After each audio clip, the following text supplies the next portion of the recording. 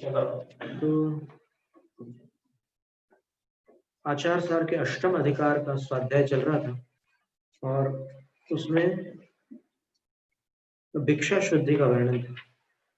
और भिक्षा शुद्धि के वर्णन के अंतर्गत सर्वप्रथम अधः कर्म नाम का एक दोष है जिसका साधु के लिए सर्वथा निषेध किया है और उसके उपरांत 46 दोषों का वर्णन प्रारंभ किया। तो 46 दोषों से भिन्न एक अधः कर्म नाम का दोष है जिसमें साधु कृतकार्यत अनुमोदना से अपने भोजन का निर्माण, निर्मापन और अनुमोदन करते हैं, तो उसका साधु के लिए सर्वथा निषेध किया क्योंकि उसमें षटकायिक जीवों की विराधना होती है। और फिर उसमें एक उदाहरण दिया कि जिस प्रकार अधः कर्म से दूषित अथवा उद्दिष्ट दोष से दूषित भोजन गृहस्थ के लिए हानिकारक नहीं होता, लेकिन साधु के लिए वो अयोग्य होता है। उदाहरण दिया कि जैसे कोई औषध अगर जल में डाली जाए तो वो वहां की मछलियों को नुकसान करती है, उसको नशे में ले आती है मछलियों को। एक ऐसी दवाई डाली आपने तालाब में जिससे मछलियों को नशा चढ़ता है, तो उससे मेंढकों को नशा नहीं चढ़ता। ये उदाहरण है। तो फिर उद्दिष्ट और अधः कर्म का दोष गृहस्थों को नहीं लगता, लेकिन जो भिक्षावृत्ति वाले हैं उनके लिए उसका त्याग है। अब वो भिक्षावृत्ति वाले साधु जो हैं वो उनके लिए ये त्याज्य है। और कल मैंने बोला था भाई जी, अंधेरा है कमरे में और चौथे में बहुत अंधेरा है तो उस वक्त दीपक नहीं जला, बालकनी जाने के लिए, लेकिन बाहर धूप है, शीशा लेके धूप उसको अंदर छोड़ना। कल बताया ना, कल तो आपने बताया क्योंकि वो कृत्रिम प्रकाश नहीं है, कृत्रिम नहीं है, कृत्रिम प्रकाश नहीं है।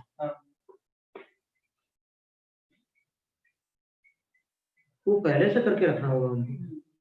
ऐसा नहीं कि आप आए और आपके आने के बाद सब व्यवस्था जमा है, पहले से उनको विवेक रखना होगा कि कैसा करना है। तो ये उद्दिष्ट दोष सूक्ष्म दोष है और अधः कर्म दोष जो है अति निंदित महादोष है, ऐसा। और अधः कर्म दोष 4 कारणों से उत्पन्न होता है। आरंभ विषय कृतकार्य अनुमोदना, उपद्रव विषय कृतकार्य अनुमोदना, विद्रावण विषय कृतकार्य अनुमोदना और संताप करण परिताप संबंध परितापन संबंधी। अपन प्रतिक्रमण बोलते हैं ना, उद्दावण में उपद्रवण हो गया, फिर विद्रावण यानी विद्रावण हो गया और परितापन यानी ये परितापन हो गया। तो 16 उद्गम दोषों में सबसे प्रथम उन्होंने उद्दिष्ट दोष का वर्णन किया था आचार्य महाराज ने। फिर उसके बाद उन्होंने अध्यवधि दोष का स्वरूप बताया था कि साधुओं के आगमन को सुनकर के अपना बन रहा जो भोजन है उसमें और मिला देना, वो अध्यवधि नाम का दोष। अथवा साधु को रोक के रखना कि अब रुकिए महाराज जी, अभी तो आप आए हैं तो थोड़ा तो समय लगेगा, आप बैठिए। ये उनको रोक के रखना और फिर आहार कराना, वो एक वो है। उसको कालातिक्रमण अतिचार में भी लिया है गृहस्थों के लिए। आतिथ्य समय विभाग व्रत में उसको कालातिक्रमण नाम का अतिचार में लिया। इसका अभिप्राय ये हुआ कि कभी ऐसी कोई आकस्मिक स्थिति बनती है तो फिर जो व्रती है, अतिथि विभाग व्रती है, उसको ये विवेक रहता है कि ऐसी कोई भी स्थिति बन सकती है, तो वो उसके लिए तैयारी रखता है पहले से। जैसे गुप्ती सागर महाराज जी, जो अभी उपाध्याय गुप्ती सागर महाराज जी हैं, उनकी माता श्री जो गड़ाकोटा में थी और वो व्रती थी, और कोई साधु हो या ना हो वो पड़गान के लिए हमेशा खड़ी रहती थी जब आहार वेला होती थी, हमेशा। हाँ नहीं, उनकी माता श्री गुप्ती सागर महाराज श्री की जो पूज्य माता श्री थी, तो उनकी अभी संलेखना भी अच्छे से हो गई है, हो ही जाती है। ऐसे लोगों की बहुत अच्छी संलेखना होती है हमेशा, तो वो हमेशा खड़े रहते थे। एक बार अचानक कोई साधु आए तो बाकी चौके वाले बोले कि अपन क्या करें, तो फिर उन्हीं के यहाँ आए हुए। और वो दिन जो था उनके लिए वो अविस्मरणीय था, वो कभी भूल नहीं सकते जीवन में।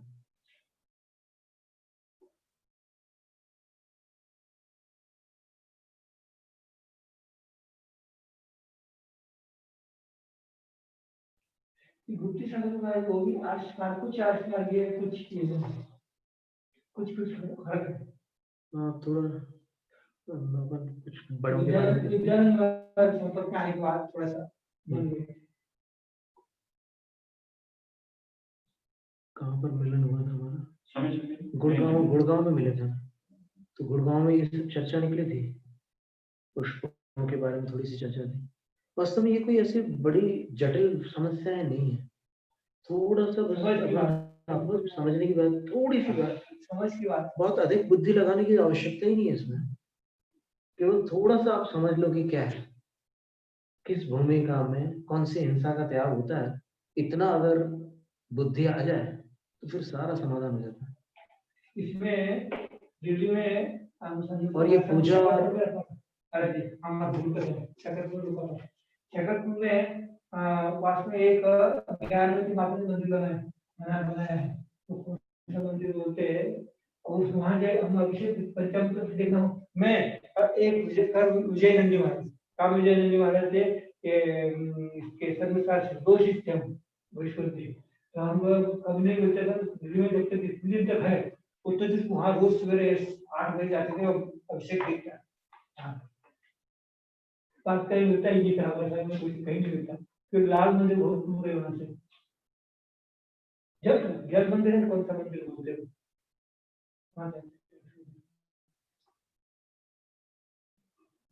अब बात ऐसी है कि जो ये पूजा की विधियां हैं,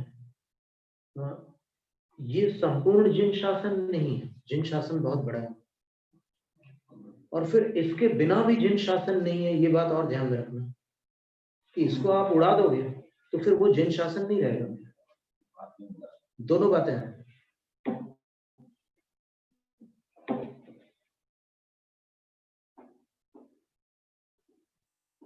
अपने विवेक से नहीं चलता जिन शासन, जिन शासन सर्वज्ञ के आदेश से चलता है। ये बात है महाराज जी, किसी की भक्ति भगवान की या गुरु की भक्ति करनी है, तुम अब ये जिस मन से कर रहे हो उसी मन से उनको करने दो, तुम दूसरे को मत बोलो। ठीक बात है ना, तो अधिकारी नहीं है। आपको क्या पता उसकी क्या लेशा है, उसकी मान लो पीत लेशा चल रही है और आपकी पद्म चल रही है, तो फिर ये अगर अपने अपने लेशा में आप करो। अंदर से भक्ति से भक्ति करते हो, बिल्कुल उसमें भूल होती है, भक्ति में भूल हो जाती है, पर वो भूल जाने व जान के रही जो कोई उसमें भूल माफ होती है, भक्ति वाली भूल। ये 13-20 अगर ऐसी करते रहेंगे ना अपने आप करते तो फिर कोई 13-20 तो तब तक है जब तक शास्त्र पर किसी का ध्यान नहीं है।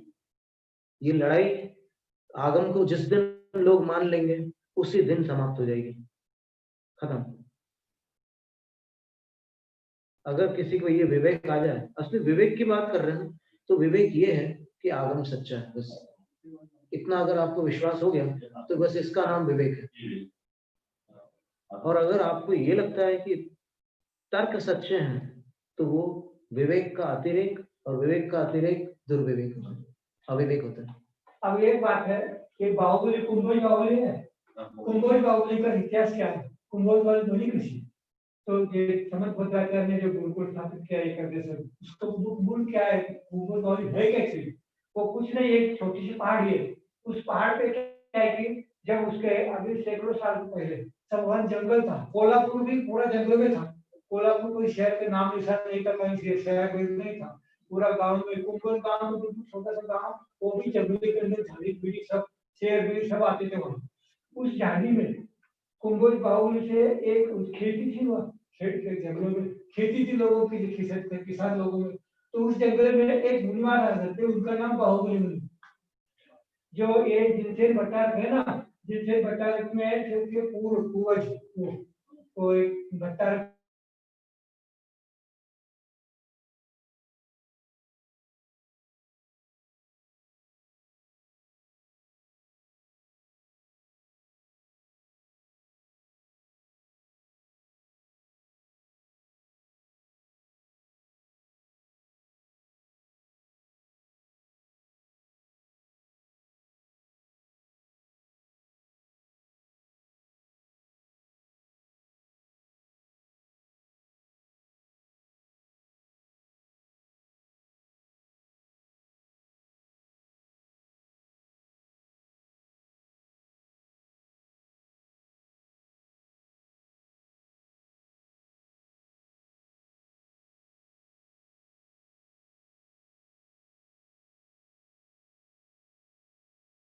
का पत्थर में टोकरी रखी, एक पत्थर ने दिया, महाराज जी उच्चासन बोले, फिर उस टोकरी में से सब सामान निकाला, उसको बना हुआ चावल था, बना हुआ चावल से था ना, उसी से उन्होंने भगवान उनकी चरण धो लिया, पानी भी था करके उस पूजा की, पूजा करने के बाद महाराज जी बनाया है ना, तब बताया शुद्धि मत करके कोई आ गया, उसमें से हाथ दे दिया, वो पानी था मट्ठा का,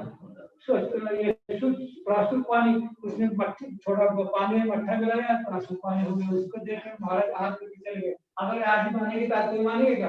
और शास्त्र को उदाहरण है कि जंगल में हाथ करते राम लक्ष्मण भी जंगल में हाथ किया, अवगुण आता है उदाहरण, पर वो बात आप नहीं चलेगी। अब चावल कितने शुद्ध खाते ही नहीं है। अब गांव में चौके आए कम से कम 1000 घर, गांव में 1000 घर है, तो चौक सालों आगे एक दो सालों आगे तो कितने लगते हैं, मुश्किल से तो महाराज जी बोलना पड़ता है, महाराज से बहुत चले जाएंगे, पहले घर घर लग शुरू बनता था, उनकी गलती नहीं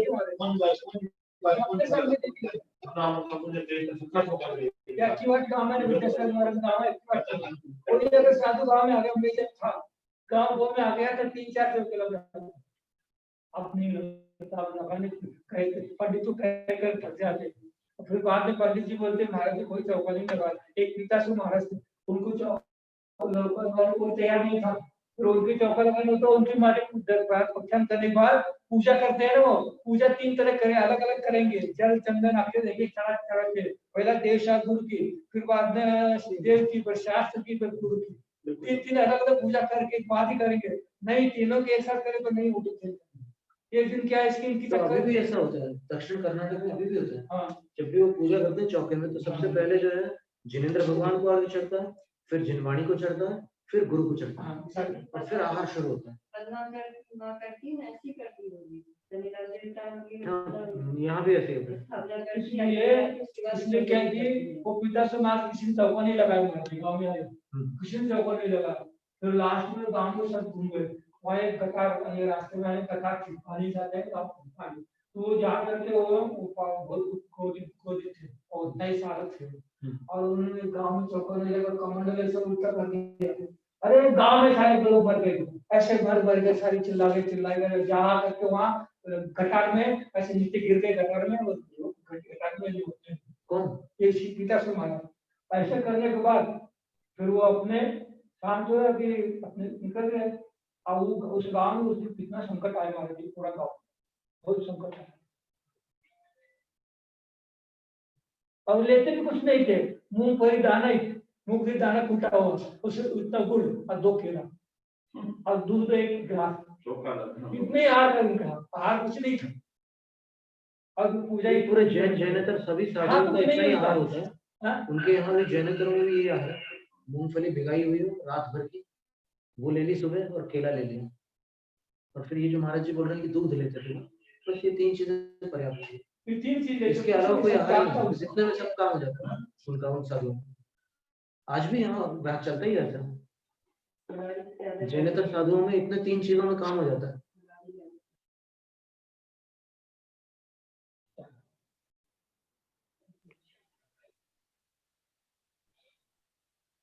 और फिर अभी जैसे कई लोग ऐसा, श्रोता लोग ये सोचेंगे हमारे यहाँ तो सबके घर घर चौके लगते हैं, तो उसमें भी एक बात और ध्यान में रखने की है कि दातार के अंदर जो शुद्धियां बताई गई है, उसका अगर आप ध्यान देंगे तो फिर आज वो समय कठिन लगेगा आपको। जो घर घर में कई साधु ऐसे हैं कि जो थोड़ा ढीला रखते हैं कि चलो ठीक है दे दो, चलो कम से कम जुड़ तो रहे हो, ये अभिप्राय रहता है उनका। लेकिन अगर कड़क नियम से लेंगे साधु आहार, तो फिर घर घर पे आहार करना बहुत कठिन हो जाएगा।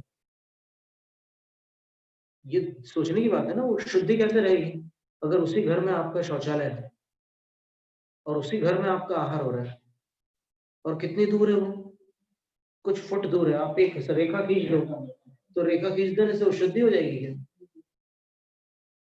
इसमें फिर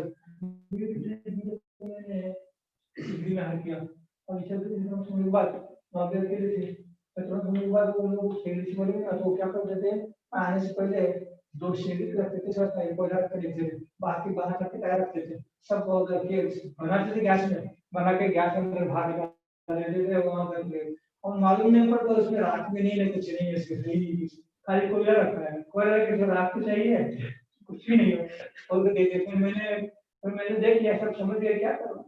तो 2-3 दिन तक देखा, 2-3 दिन तक ऐसे फिर वो हाथ पहला पहले में हाथ होने के बाद समझाया मैंने ऐसे मतलब ना आते बंद क्यों कर देते नहीं, बार हमसे नहीं होता है बोलते हैं। तो मैंने 2-3 दिन देख लिया, फिर निकला फिर उनसे उनको नरकों भेजना क्या फायदा।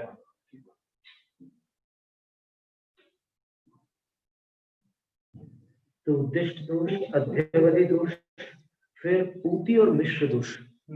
पूति में प्रासुक और अप्रासुक का मिश्रण, और मिश्र दोष में सबका भोजन मिक्स बना हुआ है, उनके लिए, इनके लिए, सबके लिए, तो वो मिश्र दोष होता है।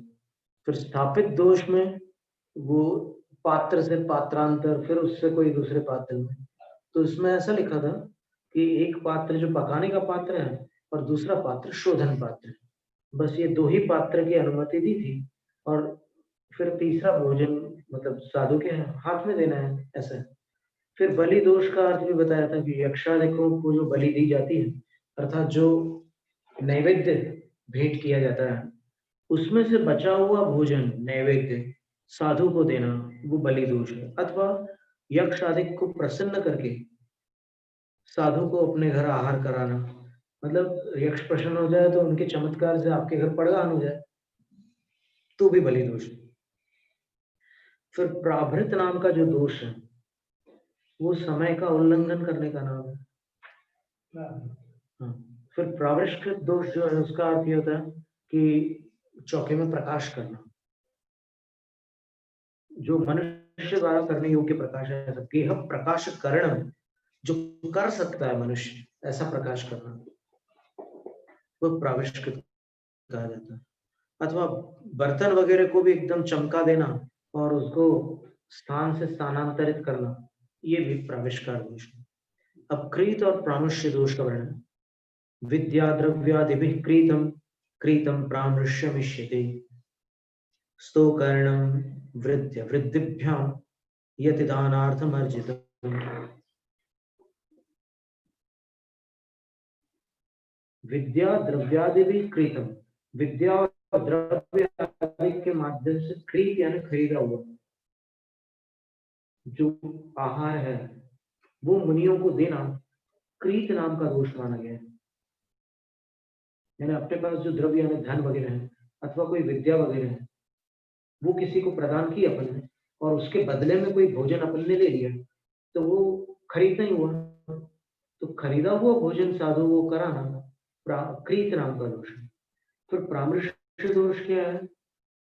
स्तोकर्णम वृद्ध्य वृद्धिभ्यां यति दानार्थम अर्जितम। मुनियों को देने के लिए थोड़ा उधार लेना और उसके बदले अधिक देने की प्रतिज्ञा करना, प्रामृष्य नाम का दोष है। यानी किसी से पैसे उधार ले लिए और बोले कि हम ब्याज सहित दे देंगे, अभी मैं आहार कराना है साधु, और फिर उससे सामग्री ला करके साधु को आहार करा दिया, प्रामृष्य नाम का दोष है। फिर परिवर्तन दोष का वर्णन। परिवर्तन ब्रीहि क्रूरादिभिः शाली, ब्रीहि क्रूरादिभिः शाली, क्रूरादेः परिवर्तनम् यत् दास्यामीति यतये परिवर्तः प्रकीर्तितः। यतये दास्यामि, यति के लिए दूंगा, इस तरह से संकल्प करके ब्रीहि कूरादि शाली कूरादे परिवर्तन। ब्रीहि नाम का जो अनाज है और कूर का दाल होता है, तो ये ब्रीहि भात और दाल और शाली भात और दाल, इसमें परिवर्तन कर देना। बोले कि आज साधु को देना है तो फिर ये ब्रीहि वाला तुम ले लो और शाली वाला हमें दे दो, शाली वाला साधु को देंगे। तो ऐसा बदल करके आहार देना परिवर्तन नाम का दोष। ब्रीही चावल जो होता है थोड़ा सा मोटा और भारी होता है, अपने को तो थोड़ी मालूम है ये सब घर कर रहे हैं, कर्जा लेके कर रहे हैं, या हम क्या मालूम क्या कर रहे हैं। पर आचार्य महाराज केवल इतना ही कह रहे हैं कि ऐसा करके अगर जो आहार देते हैं पता लगने की बात। उस साधु को पता लग रहा है या नहीं लग रहा है ये भिन्न विषय है। हाँ, ऐसा जो द्रव्य है जो आपको आहार में दिया जा रहा है, यदि इस प्रकार दिया जा रहा है तो वो 46 दोषों में सम्मिलित है। केवल इतना कह रहे हैं। आपको ही लगा 46 दोष उसको थोड़ी है, श्रावक के थोड़ी है। श्रावकों ने किया, हमें क्या मालूम। नहीं, वो क्या मालूम वाली बात अलग है। केवल ये कह रहे हैं कि ऐसा भोजन 46 दोषों के अंतर्गत आता है, इतना कह रहे हैं।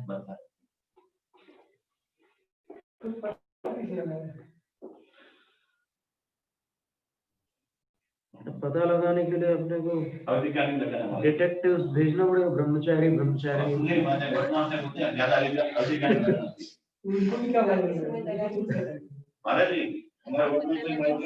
पता तो लगा सकते हैं, सब बहुत होशियार होते हैं।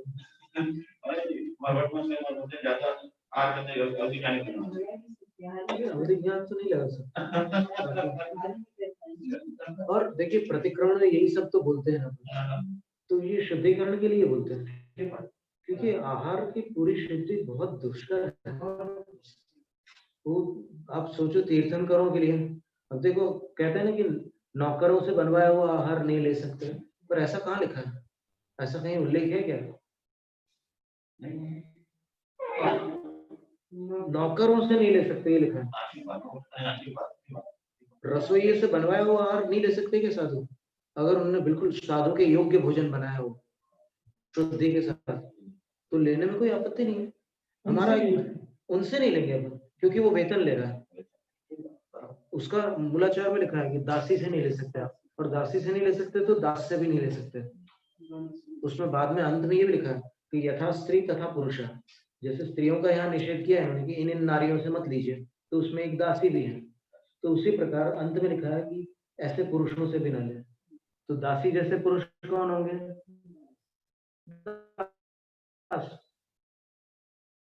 वो बात है।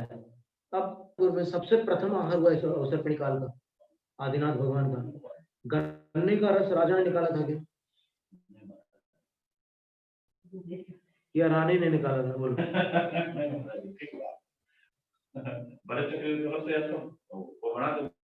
कर ही नहीं सकते वो, रानी कैसे करेंगे?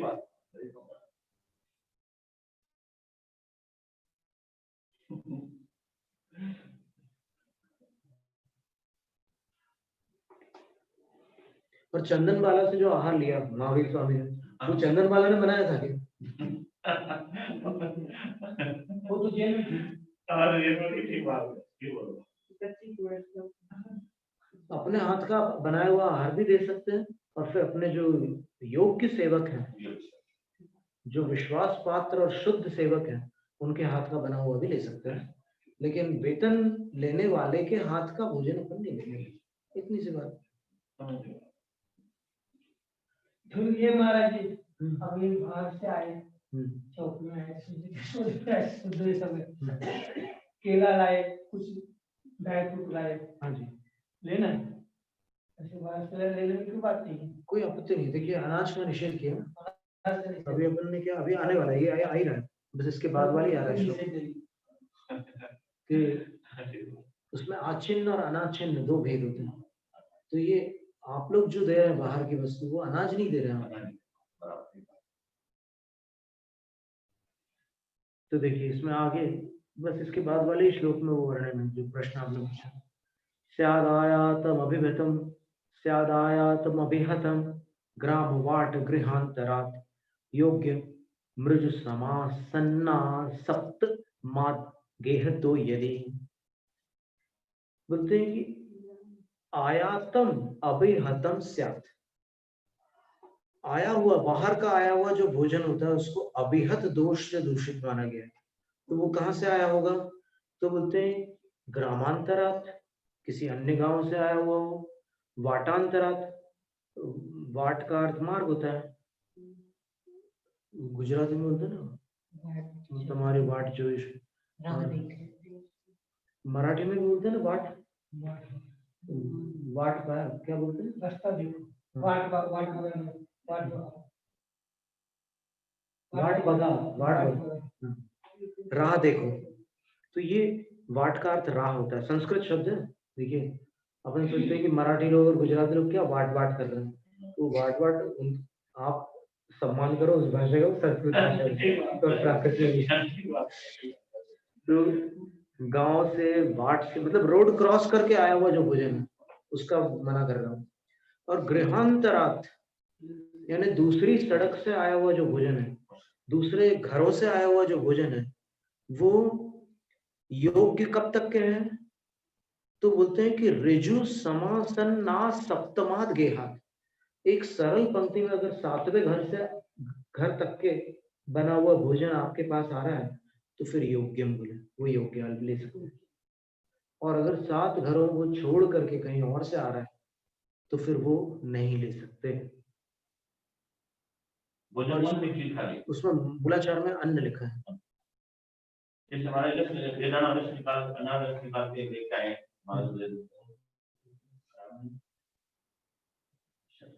उसमें क्या कौन सा दोष आता है उसमें? या तो एरिया पर दोष आता होगा या फिर कोई शुद्धि का दोष आता होगा। तो ये और प्रासुक आहार वो देने योग्य होता है। ऋजु समासन एकदम सरल पंक्ति, सीधी पंक्ति में अगर 7 घरों से आ रहा है तो ले सकते हैं, ऐसा लिखा। मूलाचार में देख लें, मूलाचार ग्रंथ में 4 से 8 429 था। हाँ बिल्कुल, 4 से 8 एक विशुद्ध अधिकार अधिक दोष लगता है।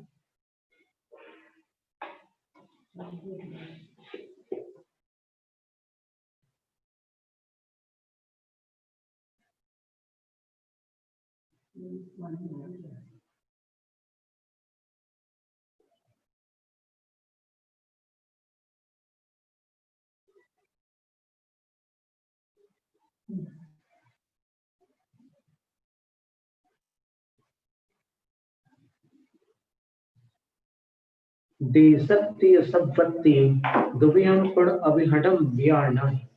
2 प्रकार का अभिघट दोष होता है, एक पूर्णतः और एक अपूर्णतः। देश, एक देश अभिघट और दूसरा सर्वदेश अभिघट।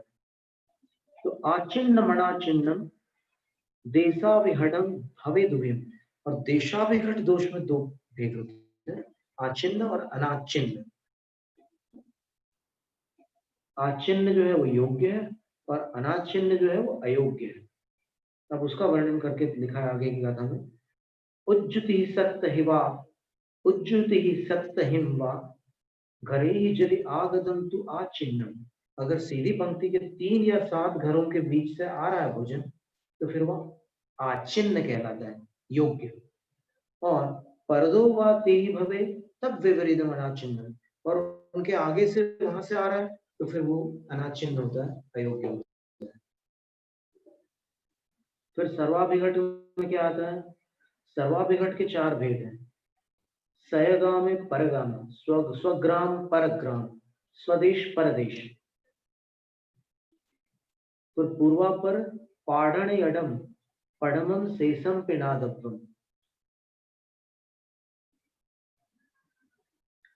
पूर्व पाठक अर्थात एक गली से या मोहल्ले से या दूसरे मोहल्ले से भात आदि को ले जाकर मुनि को देना, या दूसरे या अन्य किसी मोहल्ले से ले जाकर देना, वह स्वग्राम से आगत अभिघट दोष। ऐसे ही परग्राम से लाकर देना, परग्राम स्वदेश से स्वग्राम में लाकर देना, परग्राम से स्वग्राम में लाकर के देना, परदेश से लाकर स्वग्राम में देना अथवा स्वदेश में देना। इस प्रकार सर्वाभिघट दोष 4 प्रकार का होता है। इसमें प्रचुर मात्रा में एरियापथ दोष रहता है। वो हम सोचो कि आवागमन संबंधी दोष हो जाते हैं, क्योंकि दान देने वाला जो होता है ना उसका ध्यान पूरा वहीं रहता है, चौकी की तरफ। नीचे जीव जंतुओं पर थोड़ा ध्यान नहीं दे पाता, इसलिए। अब उद्भिन्न और मालारोहण दोष की बात करें। विमुद्रादिकम उद्भिन्नम मालिकारोहणम मतम मालिकादि समारोह णेनानीतम घृतादिकम। अब विमुद्रा अधिकम, कोई पैक वस्तु है उसको विमुद्रित मतलब उसको ओपन करके आप दे रहे हैं। जैसे मान लो साधु को बादाम चलानी है और आपका पैकेट बिल्कुल बंद पड़ा हुआ है, तो उसको आप कट करके या फिर उसको उसमें से निकाल करके देते हैं, तो वो उद्भिन्न नाम का दोष है। और मालिकारोहण दोष तब है जब आप माला बोलते हैं ना, सीढ़ियां चढ़ करके ऊपर से आप घी का डब्बा निकाल करके उसमें से घी साधु के लिए आहार दान में लाते हैं, तो चढ़ करके आप लाए तो फिर वो भी एक दोष है, मालारोहण दोष। फिर आच्छेद्य और अनिसृष्ट दोष का वर्णन, नृप तस्कर भीत्यादेर दत्तमाच्छेद्य मुद्यते अनिसृष्ट मीशा नीशा नभिमत्यायदर्प्यते।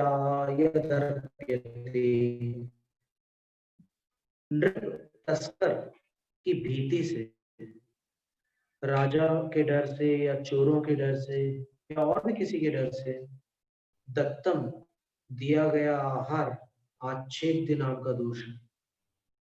वो चोर कहता है कि अगर तूने आहार नहीं दिया साधु को तो फिर मैं रात को तेरे ही घर में कुछ करूंगा, सेंध मारूंगा बोले। और राजा कहता है कि तुम लोगों को आहार देना पड़ेगा, अगर किसी ने आहार नहीं दिया तो फिर देखना मैं तुम लोगों में से कर ज्यादा वसूल करूंगा, टैक्स ज्यादा लूंगा। तो राजा और चोर आदि के डर से जो आहार दिया गया है वह अच्छेद्य नाम के दोष से दूषित आहार है। और अनिसृष्ट ईशान ईशान अभिमत्या ये दर्प्यते। अनिसृष्ट का मतलब ये होता है कि वह स्वामी नहीं है उस भोजन का।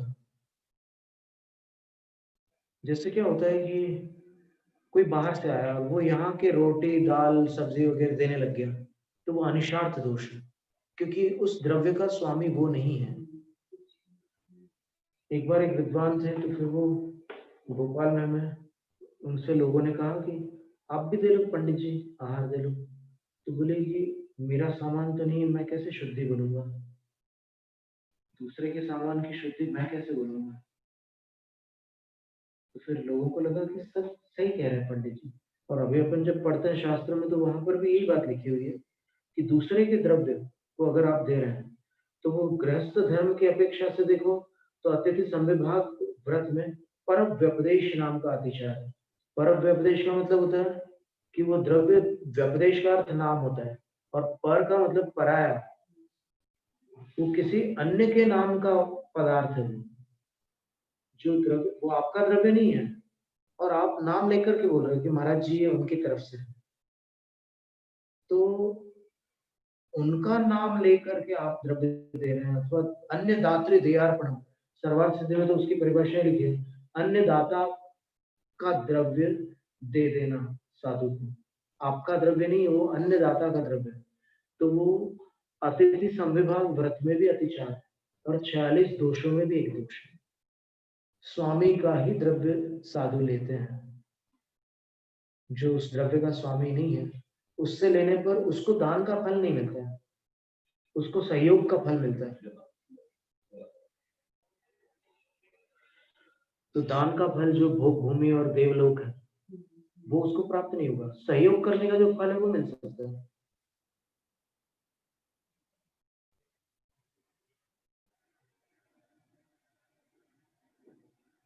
घर के स्वामी या परिवार के अन्य लोगों की अनुमति के बिना जो आहार दिया जाता है,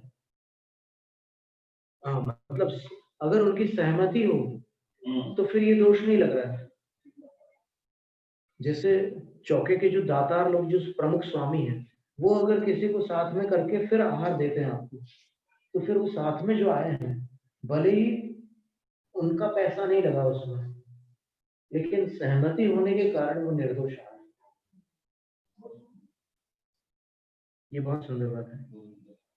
अनभिमत्या या दर्प्यते, जो बिना अभिमत के अर्पित किया जाता है वह अनिशार्थ नाम का दोष है। इस तरह ये 16 दोष होते हैं जो गृहस्थों के आश्रित है, साधु के आश्रित नहीं है।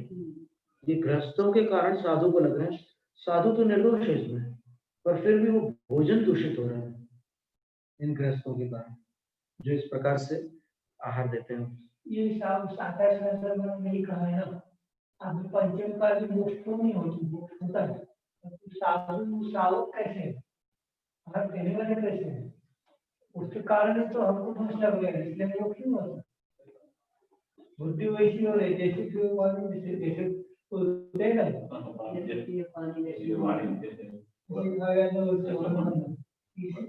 पंचम का मोक्ष नहीं है।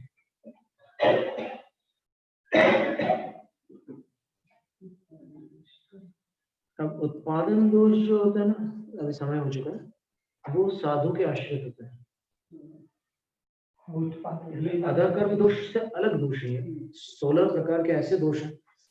जैसे साधु कह रहे हैं कि तुम धोती दुपट्टा क्यों नहीं पहन रहे, जल्दी पहनो, चौके में आना है ना तुमको, पहनो।